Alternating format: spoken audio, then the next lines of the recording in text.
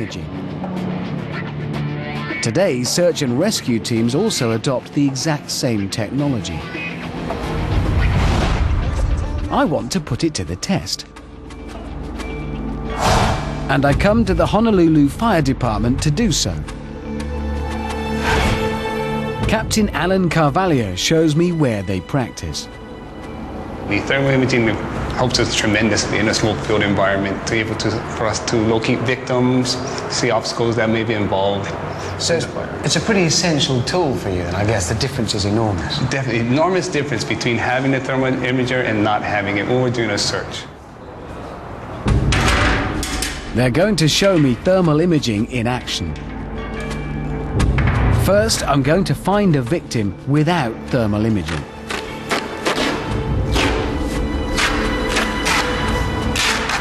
Meet Rescue Randy. I won't know where he is. I'm going to experience what firefighters routinely face in reality. You ready? Yeah. Okay. Shut off the lights, Dean. Room number 13. There you go.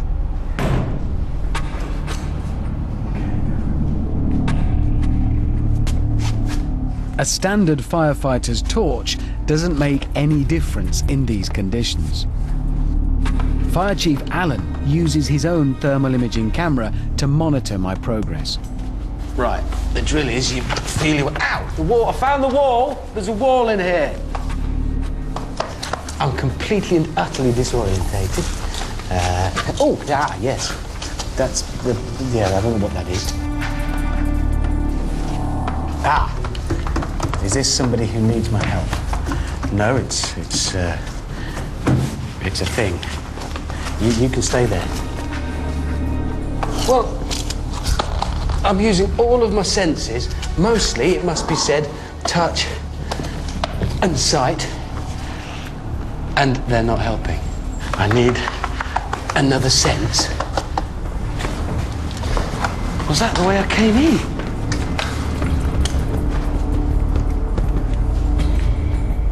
I don't even make it out of the first room by the time the 5 minutes are up. Rescue Randy would have been toast. Now I'm going to try again, this time with the thermal imaging camera. First, the officers place Randy in the sun, so he'll warm nicely. He'll emit plenty of infrared, which will show up on the thermal imager.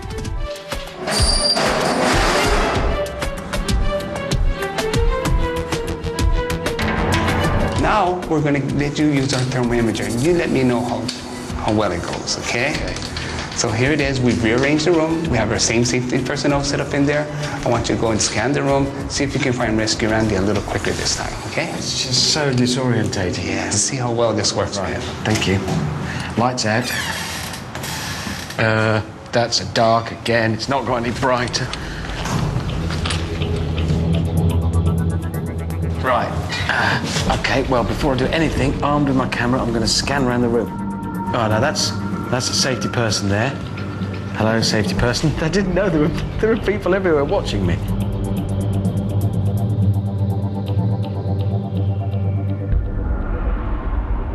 Even furniture emits infrared radiation and shows up clearly. Straight away. No, there's nobody else. There's no victim in here. So, I can move through, feeling my way, as before, into the other room, which is here. Right. Scan. Nobody there. Nope. There. That took a fraction of the time. There's no crawling around the walls to find by touch. This gave me another sense. A thermal sense.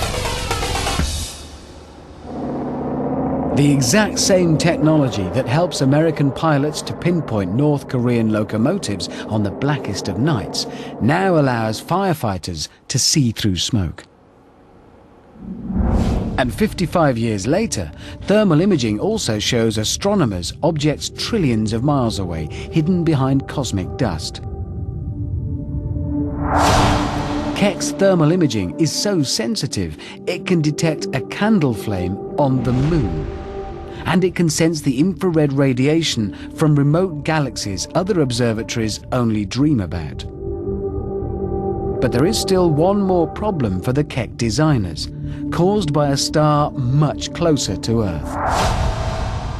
Every day, that particular star that we call the Sun does its work to warm Hawaii and turn it into a tropical paradise.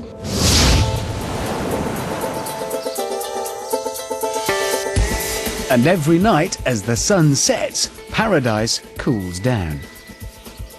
Daily warming and cooling is hell for astronomers because their instruments expand and contract, which distorts the images.